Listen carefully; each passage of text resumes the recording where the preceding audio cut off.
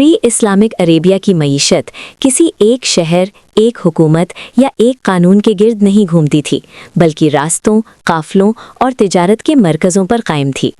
यहाँ रोज़ी ज़मीन से कम और सफ़र से ज़्यादा निकलती थी। रेगिस्तान ने लोगों को मजबूर किया कि वो अपनी ज़िंदगी सिर्फ खेती पर ना रखें, बल्कि तिजारत को अपना सहारा बनाएं। हर काफ़िला असल में उम्मीद का एक चलती फिरती निशान था, जो रेगिस्तान की खामोशी को चीर कर गुजर जाता था। अरब दुनिया के ज़्यादातर इलाके बंजर थे, बारिश कम होती थी और पानी के चश्मे हर जगह नहीं मिलते थे। खेती सिर्फ कुछ मकामात पर मुमकिन थी। इसी मजबूरी ने लोगों को रास्तों का मुसाफिर बना दिया। यमन से निकलने वाले काफ़िले हिजाज के रेगिस्तान से गुजरते हुए शाम तक पहुंचते थे। समंदरी रास्ते बहरे अहमर के ज़रिए अफ्रीका और दूर के ममालिक तक जाते थे। ये रास्ते सिर्फ माल के लिए नहीं थे, बल्कि ज़िंदगी के लिए थे। जहाँ काफ़िले चलते थे, वहाँ ज़िंदगी चलती थी। जहाँ रास्ते बंद होते थे, वहाँ भूख और महंगाई पैदा होती थी। ऊँट इस पूरे निज़ाम की रीढ़ की हड्डी था। ऊँट के बगैर रेगिस्तान में तिजारत का तसव्वुर भी मुमकिन नहीं था। ऊँट पानी कम पीता था, बोझ ज़्यादा उठाता था और लंबी दूरियां तय करता था।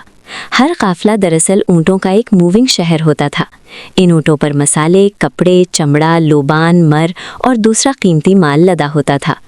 काफ़िले दिनों और हफ्तों सफ़र करते थे, रात को सितारों के नीचे आराम करते थे और दिन को धूप और प्यास से लड़ते थे। हर कदम एक रिस्क था, लेकिन हर कदम के साथ मुनाफा की उम्मीद भी होती थी। मक्का का किरदार इस इकॉनमी में बहुत मरकज़ी था। मक्का सिर्फ मजहबी मरकज़ नहीं, बल्कि तिजारत का एक बड़ा हब था। मुख्तलिफ कबीले यहाँ अपना माल लाकर बेचते थे। हज और मेले के दिनों में तिजारत और तेज़ हो जाती थी। मुक़द्दस मकाम होने की वजह से मक्का के गिर्द जंग और लूट को बुरा समझा जाता था।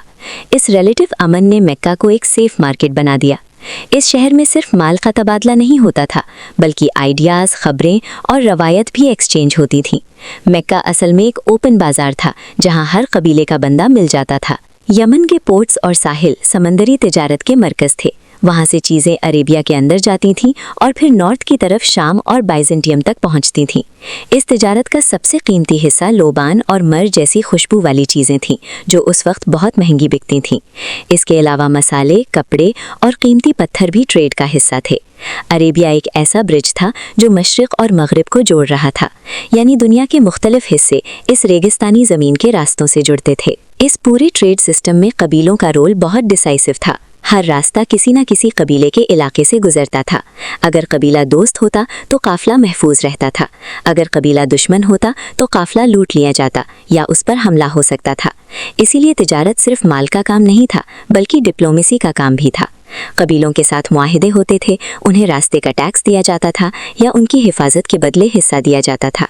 ये आज के टोल प्लाजाज और सिक्योरिटी कॉन्ट्रैक्ट्स का पुराना वर्जन था। बाजार और मंडियां सिर्फ तिजारत का मरकज़ नहीं होती थीं, बल्कि सोशल और पॉलिटिकल मीटिंग पॉइंट्स भी होती थीं।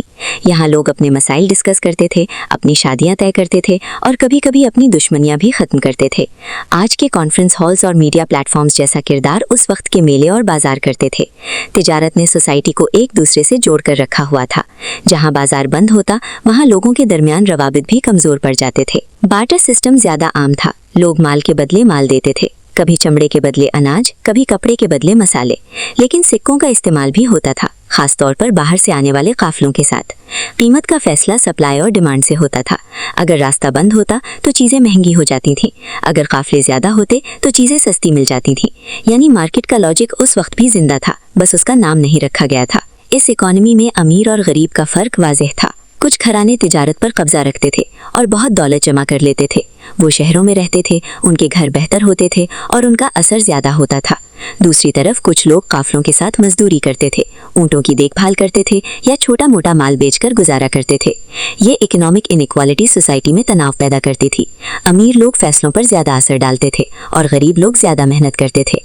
ये निज़ाम उस वक्त भी अनफेयर था और आज भी दुनिया ज़्यादातर इसी निज़ाम पर चल रही है। रेगिस्तान के लोग रिसोर्सफुल थे। जो चीज़ मिल जाए उसे इस्तेमाल में लाना उनको आता था। चमड़ा कपड़े बन जाता, ऊँट का दूध ग़िज़ा बन जाता और हर चीज़ का कोई ना कोई फ़ायदा निकाल लिया जाता। वेस्ट का कॉन्सेप्ट कम था, क्योंकि हर चीज़ कीमती थी। प्री इस्लामिक अरेबिया की इकॉनमी सर्वाइवर इकॉनमी थी। लोग लग्जरी के लिए नहीं, बल्कि जिंदा रहने के लिए ट्रेड करते थे। यहाँ तक तुमने प्री इस्लामिक अरेबिया की इकॉनमी और ट्रेड रूट्स का बुनियादी स्ट्रक्चर समझ लिया।